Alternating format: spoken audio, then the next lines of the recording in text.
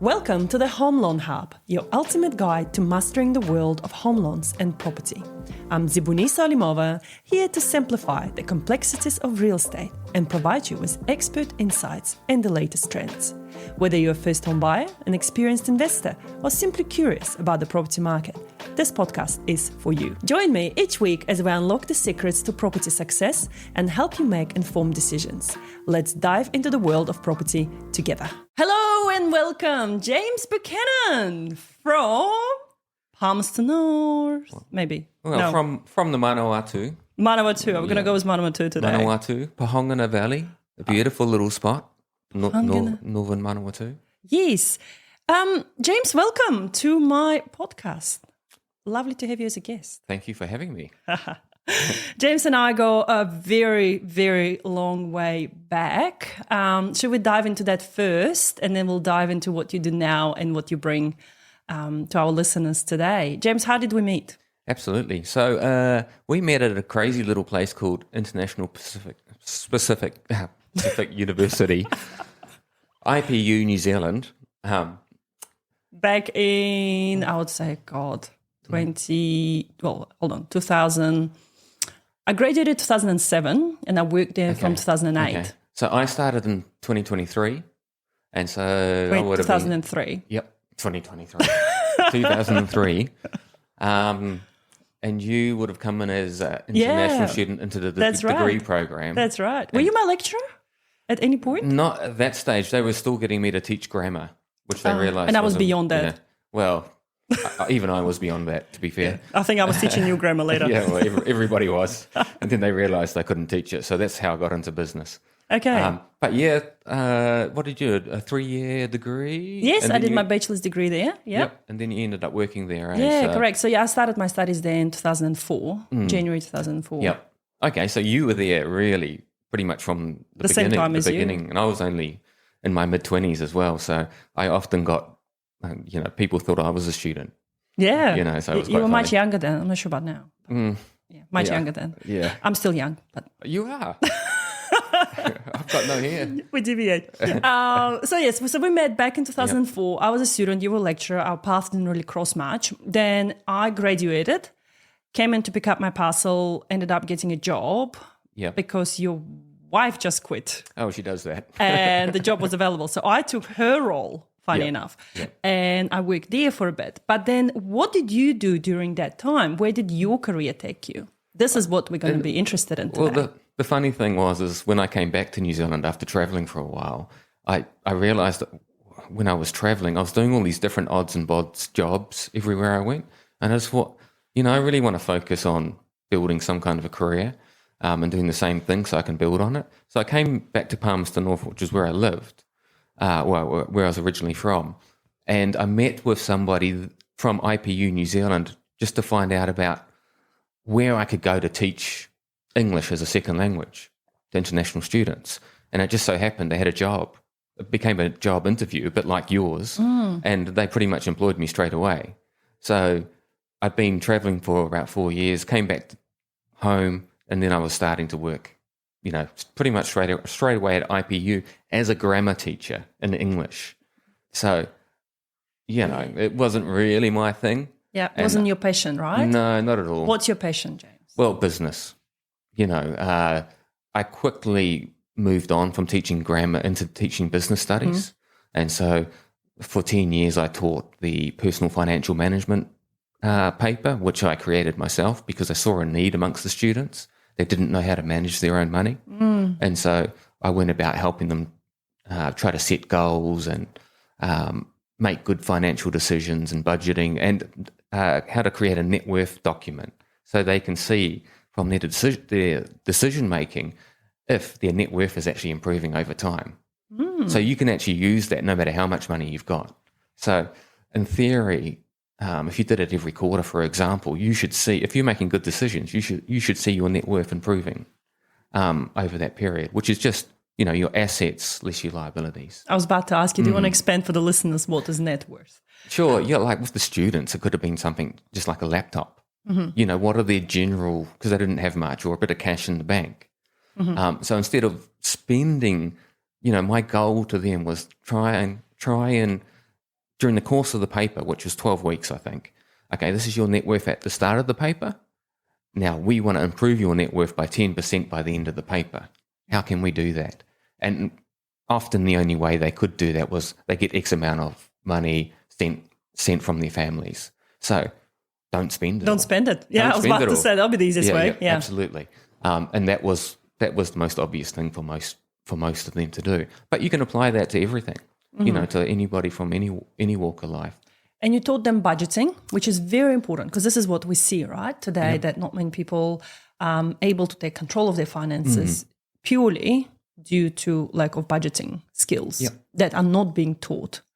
Yeah, and I think it's just because I got the budgeting message across quite well, I thought, but I think people just get too busy. Yeah. So we need to, if we're going to do budgeting or speak to people about budgeting, we need to make it really simple and easy to do.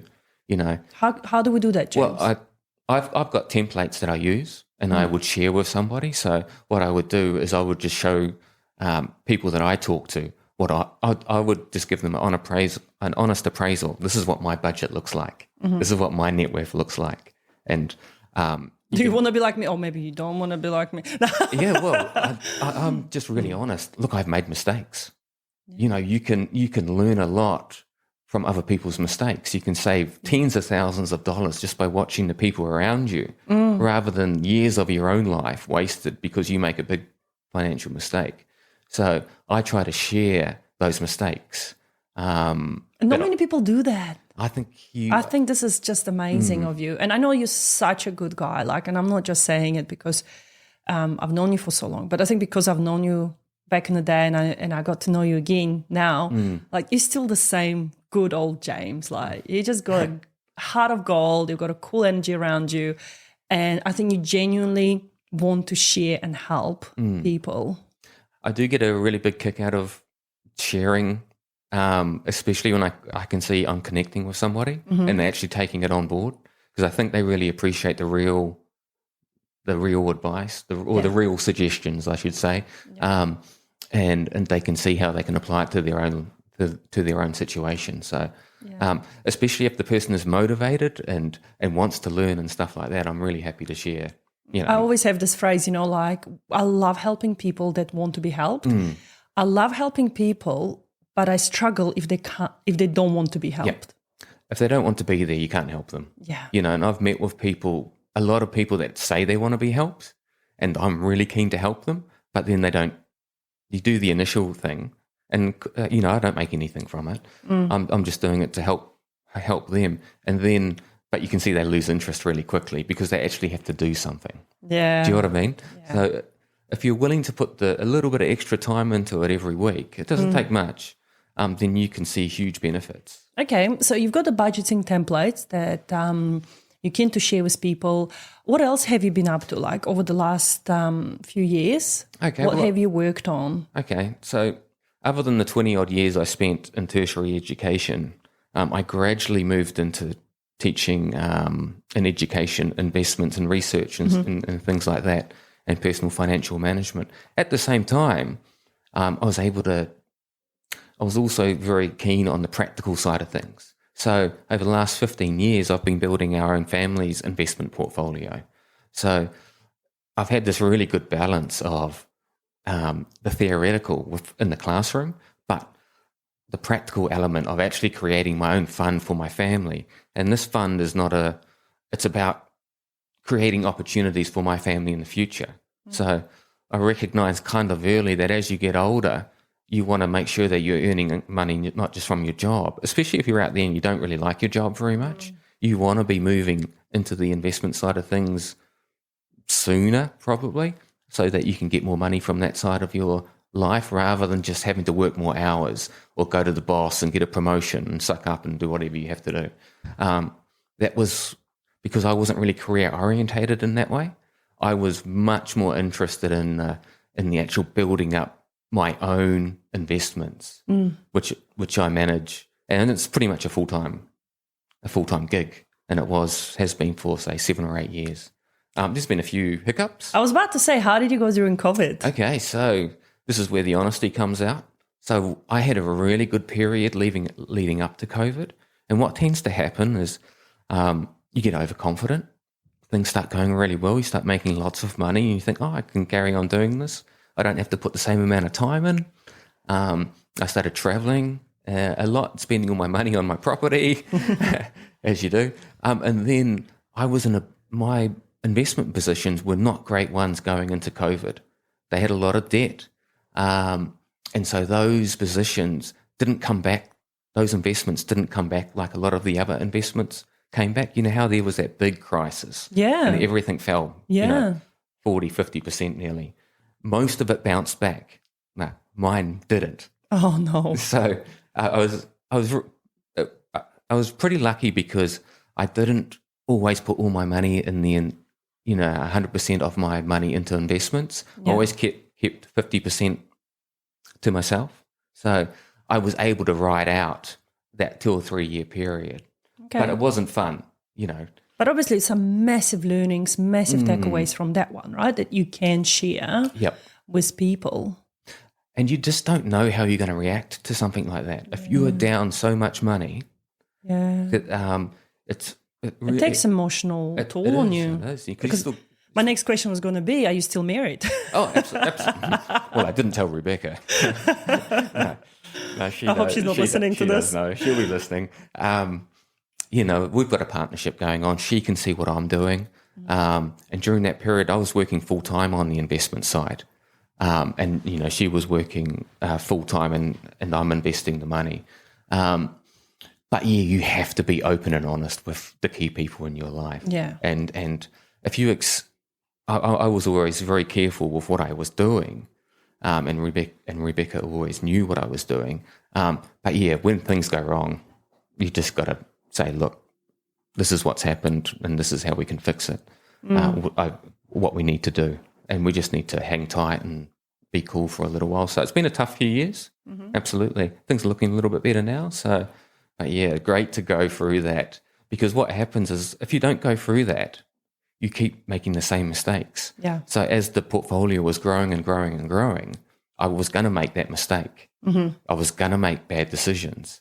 And I was just lucky to get the lesson early enough when there wasn't too much money involved. Yeah. I was about to say that. Yeah, I was about to say I could come back. I was able. You don't want to make financial mistakes that are going to ruin you. That's the key, I think. Yeah, it'd be really cool, like over time, for you and I to sit down and expand on various case studies and talk about, what exactly you did here and exactly what went on there. I would love. I've got all that because I evaluate everything I've done. So, and because I share it with my kids.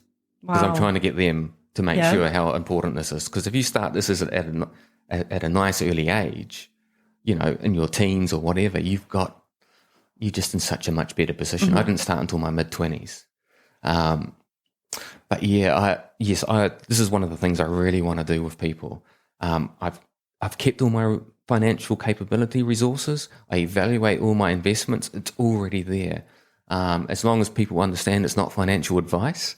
I am happy to share my learnings with people because one of the things I learned very recently actually is that what I was doing, because I finished a fixed term role for about a year where I was filling in for somebody at a university. After I wasn't able to monitor my investments so well. The first thing I did when I finished that role is I evaluated all my investments over the last 4 or 5 years. Wow. And what I realized by doing that is that I was selling way too early. Most of my investments were going up 30, 40% if I'd held on to them when I was selling them at 10, 15%. Why were you selling them early? Oh, because I was doing it as a job. I needed money every month to pay the bills. So I needed to, in a way, since COVID, be trading, which is not really my thing. I'm more of a 2 or 3 year investor. I buy and hold. Yeah, and hold for till I buy something that's out of favour at the moment. Still a good business. It's got good longevity, but there's going to be at least a 30% payoff. That's what I'm looking for. But I was selling at 10%, say, when they were going up a lot more than that. So I just needed to be a little bit more patient, and that's one of the things that brought me to this role. Yeah. because I realized I needed a role that's complementary to that. So let's step back because you just said this role. So we're going to make a little announcement here. So, but before we do that, Yep. let's go back to where it all started a few months ago, right? So Rebecca, your lovely wife, I hope she's listening. She is lovely. Good one there, James. She reached out to me out of blue, going, "Hey, I just got a new job with Gigi Gardner. It'd be cool to catch up for coffee." And I was like, "Cool." And then she goes, "Oh, can James tag along because he knows you and he wants to ask you some questions." So this is where we reconnected again after not seeing each other probably for like 10, 15 years, something like that. Yep. So we meet for coffee and I have a good chat with Rebecca, but then you hijack the whole conversation over to you. Sorry about Because you were doing what? Okay, so I was doing my study, I think, at that point. Yeah.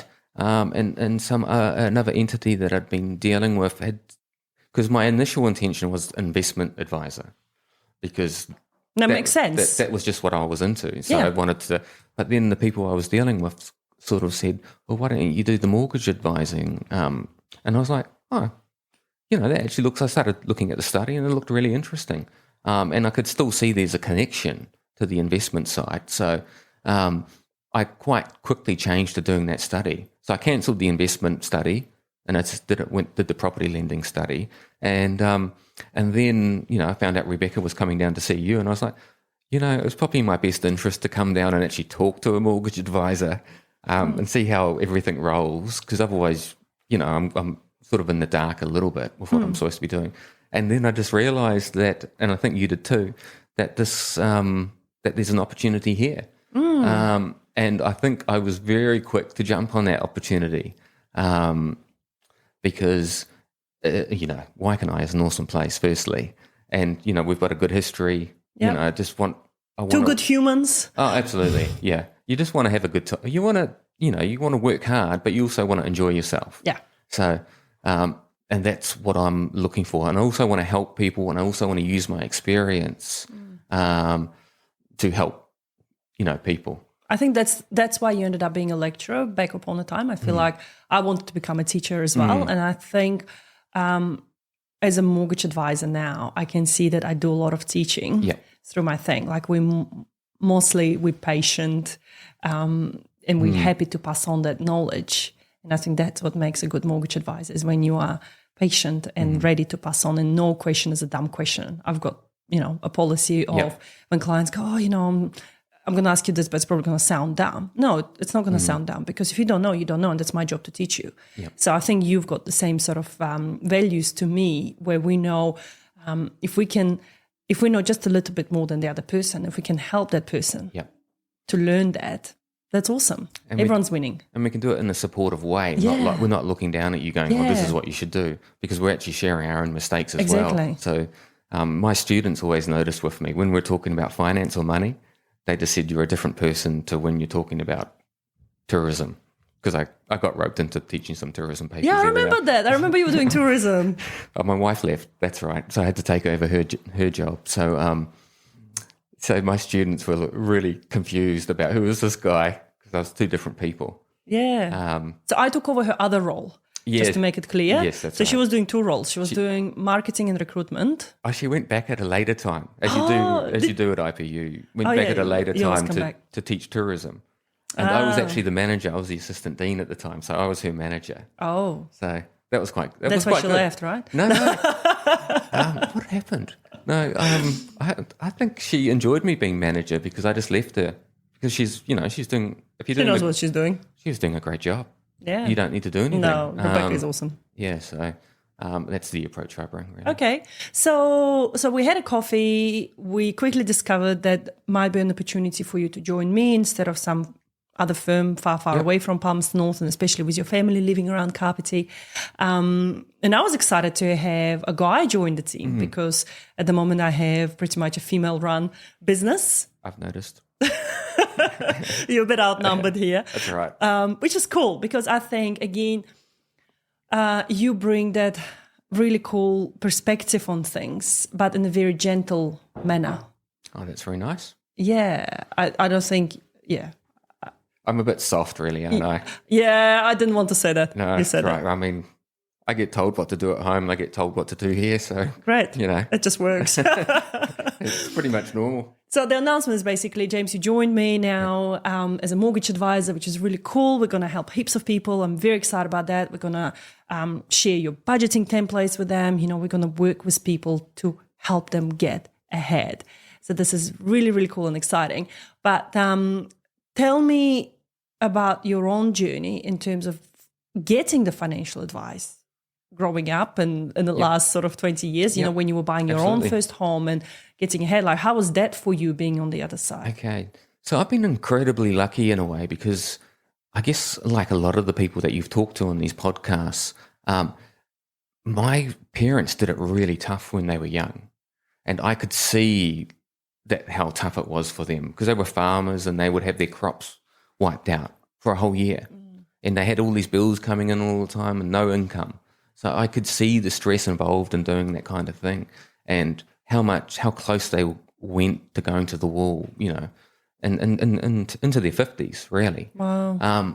But now all that work that they did, because they invested that money, they focused on property and commercial properties and things like that. When they went to retire, they retired early and they were earning more in retirement than they ever did during their lifetime. Wow. So that's powerful. So seeing that, and this is what I always used to tell my students, and then you compare it to other retired people that I know who can't spend, they've got nice houses, but they can't spend any money. So just being able to see what my parents could do, they could do exactly everything they wanted to do. They had the beautiful house, they lived in a beautiful, beautiful spot, but they went without throughout their life. So that's very much a similar mold that I'm following. So we are not big spenders. I would love to have the latest car and the No, I big saw house. you have avocado on toast the other day. I'm sure. I don't mind a bit of avocado on toast, actually. But yeah, I mean, we eat good food. To be fair, we probably spend $1,600 a month on food, but that's our big expense. So my parents are my best mentors, really. Yeah. And I guess the moral here is that you're not keeping up with the Joneses, right? You're not out there buying the flashiest car, the boat, the jet skis. Yeah, well, we spend money on what's important to us, not what other people think is important to us. So the big thing the big piece of advice I would probably pass on to young people getting their first home is try to get it's much harder nowadays, but try to buy a property that you can almost afford with one income. Because when you've got kids, you want to have the opportunity to be able to one of you look after the children, if possible, if that's what you want to do. So when we bought our property, it wasn't the most expensive place we could buy. We went for a place that we could afford on one salary, just so that Rebecca could look after the kids without having to worry about going back to work, because that was important to us. That might not be important to other people, but that has meant our kids have had quite a cool upbringing. No, that's a really good advice, James. I think that's in a way I see, and I've already touched on that before in the previous podcasts, where the problem of today's world is what you see on Instagram, right? You see on social media people putting up all these beautiful reels of their holidays or their amazing houses, and you're like, oh, I want this, I want to have that. Why can't I have this? And then you get yourself into a debt position without building the future. Or the other side of the coin is where people go, well, we only live once, so I might as well blow it all now. And they just blow a lot of money through their 20s and 30s, possibly 40s, and then they get to their 50s and they go, oh, crap, I'm retiring in 10 years' time to 15 years' time, and I have nothing to show for it. And as you said, like they'll retire, yes, they may have a beautiful house, but the upkeep on those houses, people don't realize that pension will not cover that.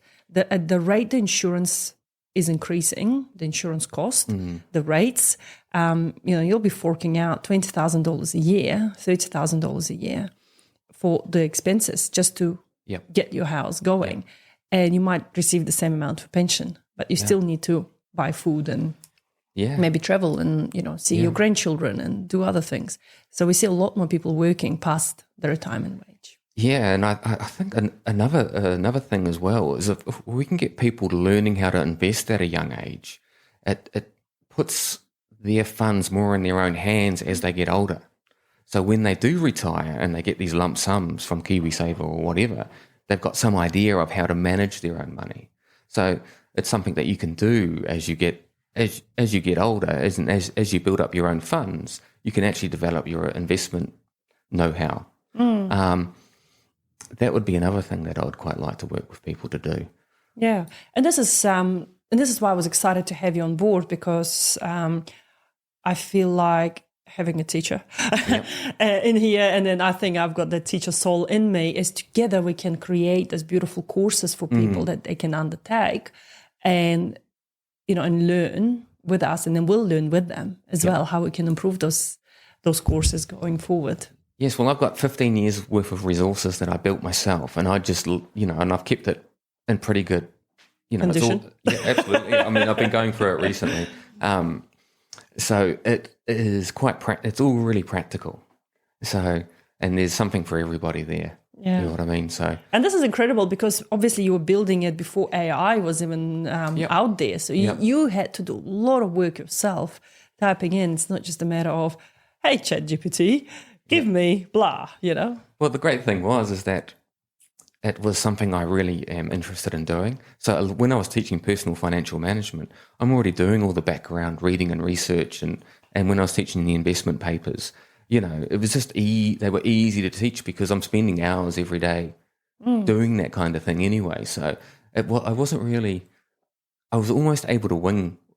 That sounds wrong, but I was almost able to wing a lot of those courses. You have to follow nowadays. You have to follow very strict, NZQA guidelines. But for a while, then it was quite relaxed. So yeah, no, I have them. And at the end of the day, isn't it better for students to learn from real life experience versus just a textbook material that may not be even applicable to them? I could see them, when they're engaged. Oh, yeah. It's just so obvious. I remember being a student and sitting through some lectures of, this episode drain, or the ones that whoa, that fires my soul. Yep. And you can see it if you make the work relative and practical. For example, once I gave the students a project, I was subdividing my land on my property, and I said, okay, the project is, what should I do with this land? How can I make the most money from this piece of land? And I got all sorts of different ventures and things. This is clever. You had free researchers at your fingertip. I just needed some ideas, really. Yeah, this is brilliant. I loved it. Maybe that's what we should do. Yeah, well, I ended up selling it just before COVID, and as you know, James, it doubled in value within a year. Wow, which is quite a large amount. But I've got great neighbours now, so who I sold it to. Yeah, so I'll make sure they're aware of that. They double the value immediately. Yep. Now, this is awesome. So what's next for you in the next 12 to 18 months? What are your big goals and ambitions? Okay, well, there's two or three things. So obviously to build up a really good network here with you. I'm really interested in road cycling, so I'm going to be getting involved in that a little bit more in the Kapiti area. So that's quite cool. And doing a bit of networking, doing all those events. The other thing I'm going to do is I want to create some kind of platform for educational resources for the people that we work with that might be interested in investing or developing their financial capability. Those are two big areas. I also manage my own investment portfolio, so I follow a lot of especially the Australian business news and New Zealand. So we could have news. a weekly, share your investment, investment tips of the share market. I wouldn't call them tips; I would call them something else, because I don't want my colleagues losing money because of me. You know what I mean? So we could say for educational purposes. This is what I'm doing, and this is why I'm doing it. Yeah, and I make mistakes. Out of every 10 investments, you might have one or two that don't go very well. Yeah. You might have 4 or 5 that go well, and the others are pretty average. So I always share the bad ones as well. But So we'll call it James Shares. Yep. How about that? Okay. That will be a fun spin on words. Yeah.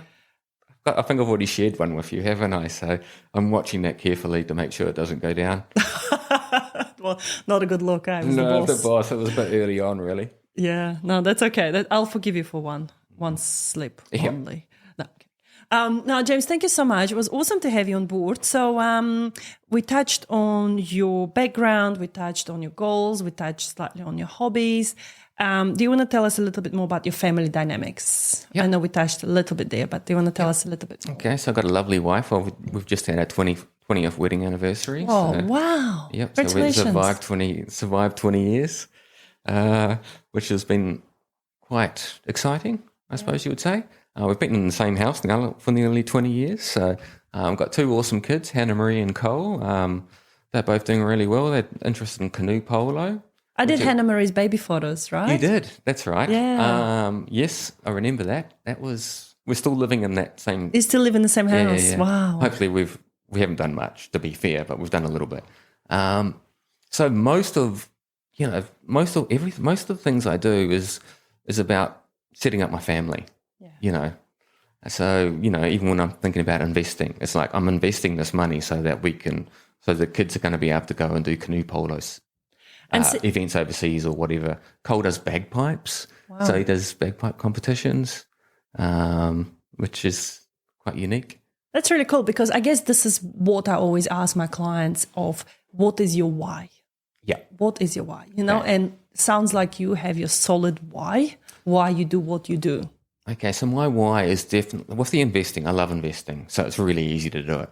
But the idea of the investing is I want to generate funds for my family so they can do the things they want to do.